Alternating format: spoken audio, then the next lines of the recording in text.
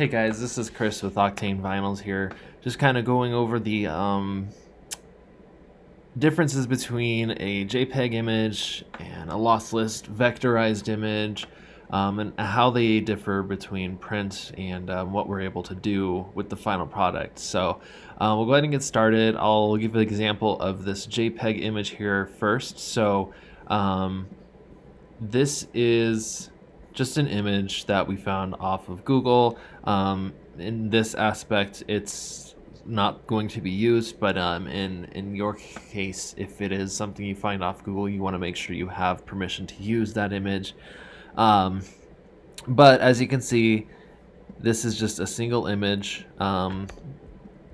It's kind of fuzzy if you zoom in on it like this, so you can tell it's not a lossless format, and its file extension is going to be either JPEG or PNG. And what we have to do with this is, since we cannot remove the background on these types of images, we have to cut out a border similar to how I'm outlining it with the mouse. And I'll go ahead and show you what that looks like with the pink line here. This allows us to make sure that we are creating a uniform design around this image, because without having a bleed in the print, which I'll show you next, there's no way for us to get an accurate cut on this. So this would come out to look just like this without the gray background in there. So your final transfer that you would receive in the mail would look identical to this with the white outline, and it would be to the size that you prefer. Now we will go over vectorized images, which you can tell this has a lot of quality. Very crisp, very clean. This is what you would call a lossless format or a vector image.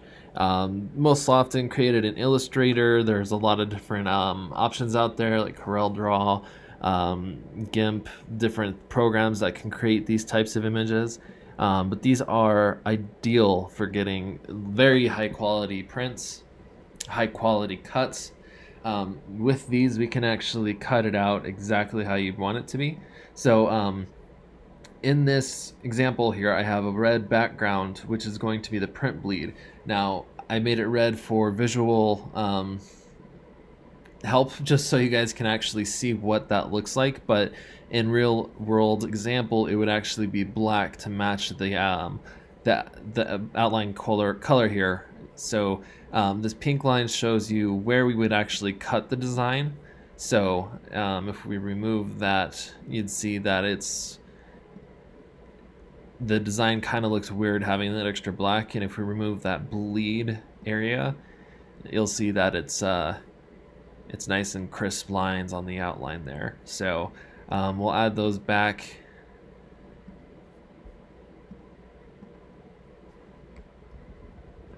There. So this cut line here, I'll go ahead and show you an example of what it would look like if this design was actually printed out. Oops.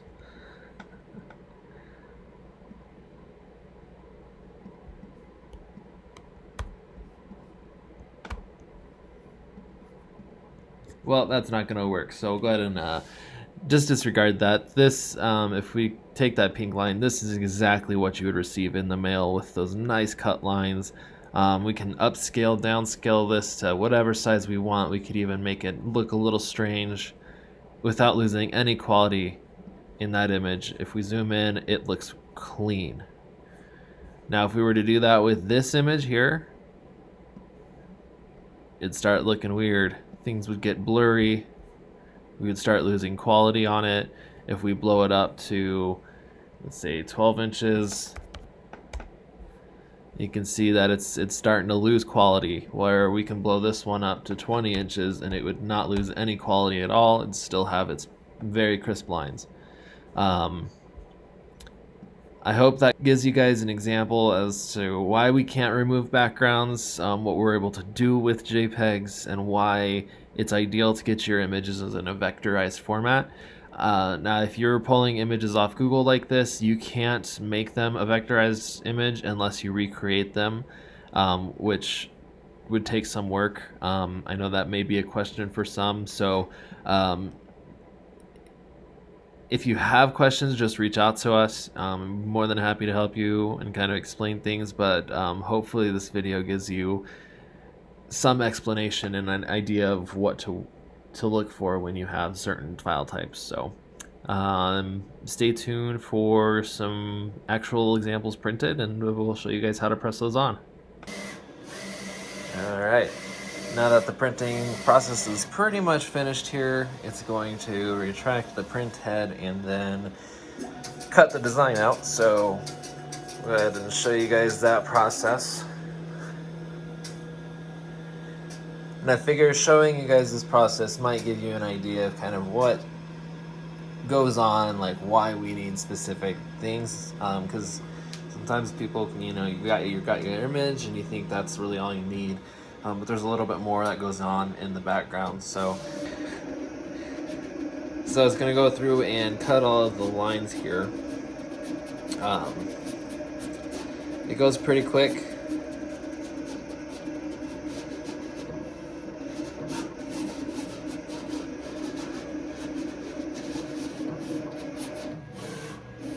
Go. Now we're just going to tell it to cut that sheet off.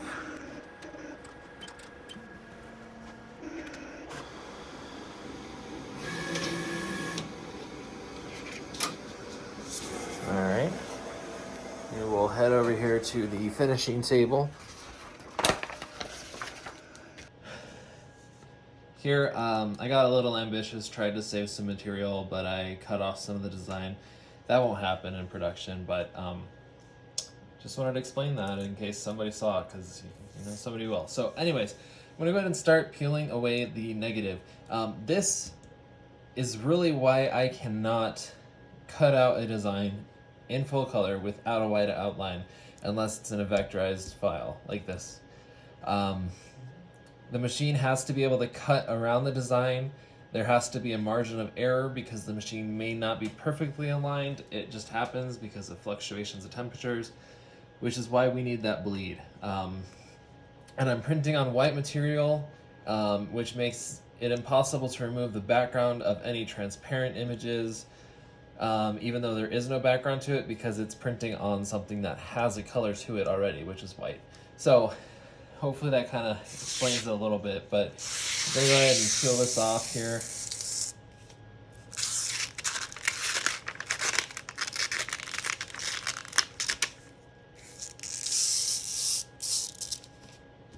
And we're left with just the designs that we're working with. And remove just a little bit here. Cool. So there's our designs. The backing film here is just what holds the design together. We're going to install a top film, which allows you to peel the film, or peel the design off the backing film once you're ready to press it on. So we'll go ahead and cut off a sheet of this.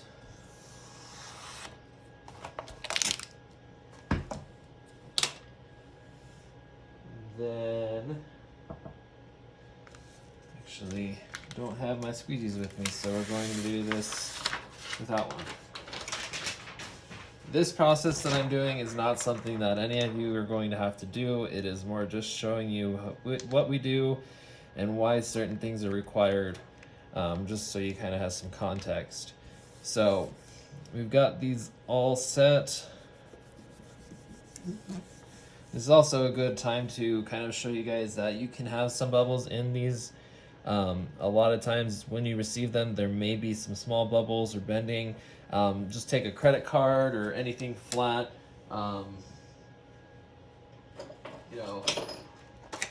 even like a box of staples, you can take it and just kind of flatten them out, get them all nice and clean. Having bubbles isn't going to really cause an issue. So go ahead and cut these off so we have no excess material.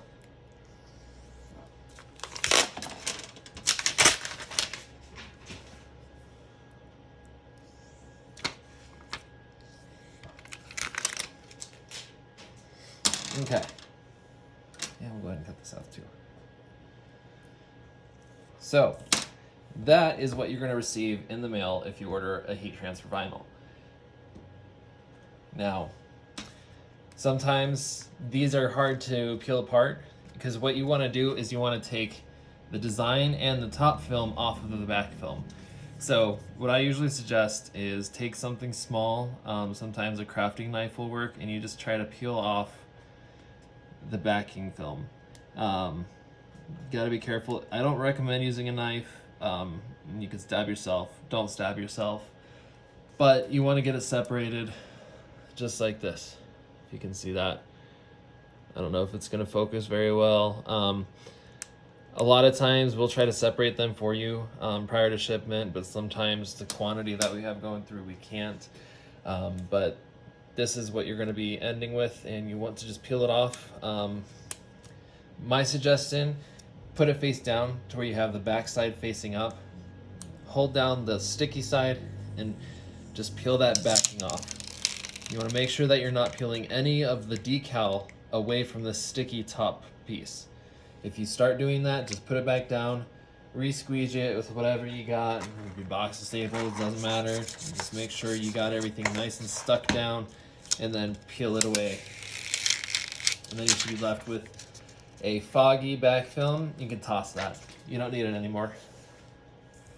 So we'll go ahead and put that one aside, and we're gonna do the same thing with this fun image. I'm gonna try to peel it without a knife just to show that it's possible. So here we go.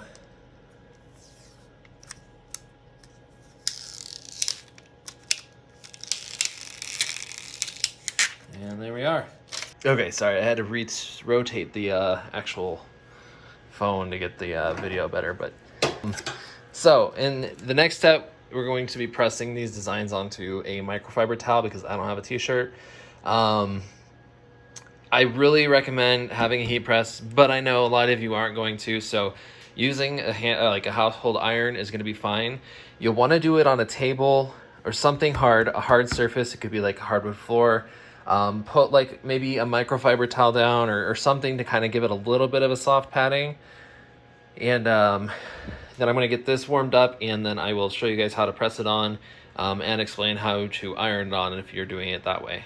I'm going to go with the Chief here.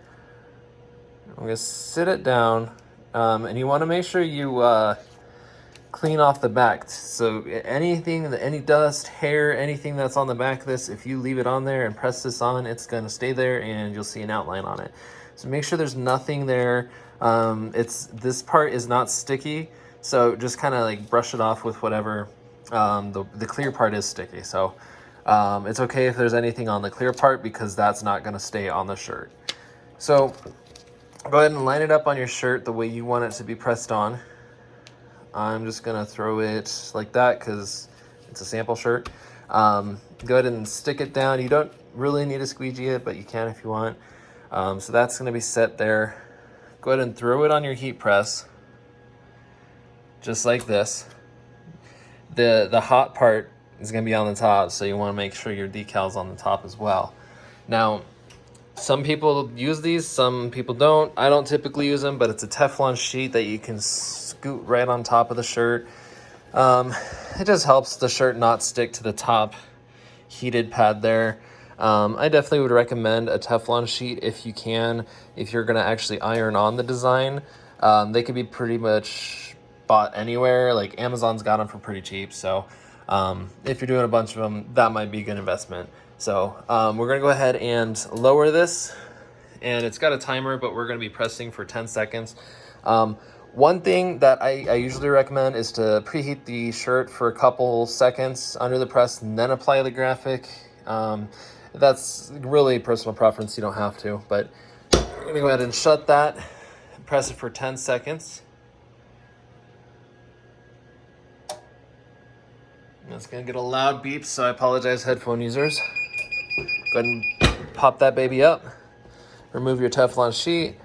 Remove the t-shirt. Be careful not to burn yourself because it is pretty hot still. Let it sit for a few.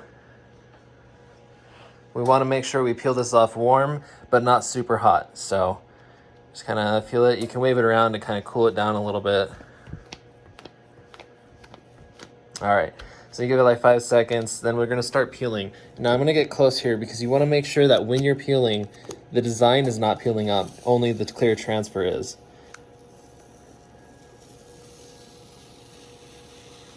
And there we are. You got your shirt transfer right, all good to go. You can wear this right now if you wanted. Anytime you're washing, I always recommend flipping the shirt inside out and washing it. That's just gonna help protect the image, the ink. So flip it inside out, wash it that way.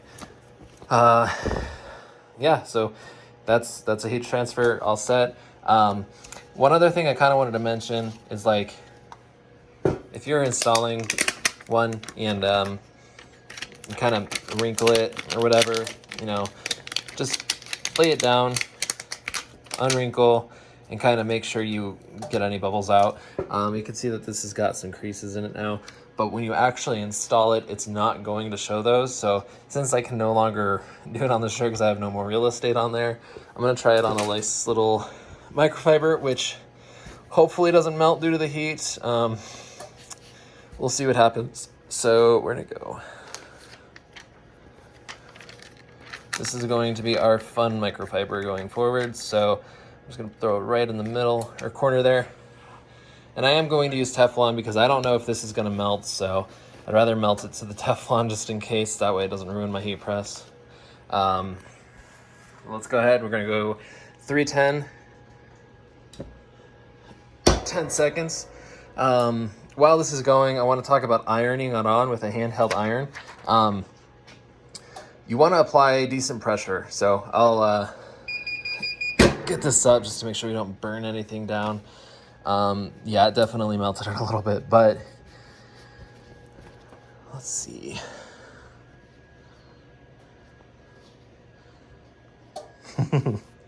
That will not come out of microfiber.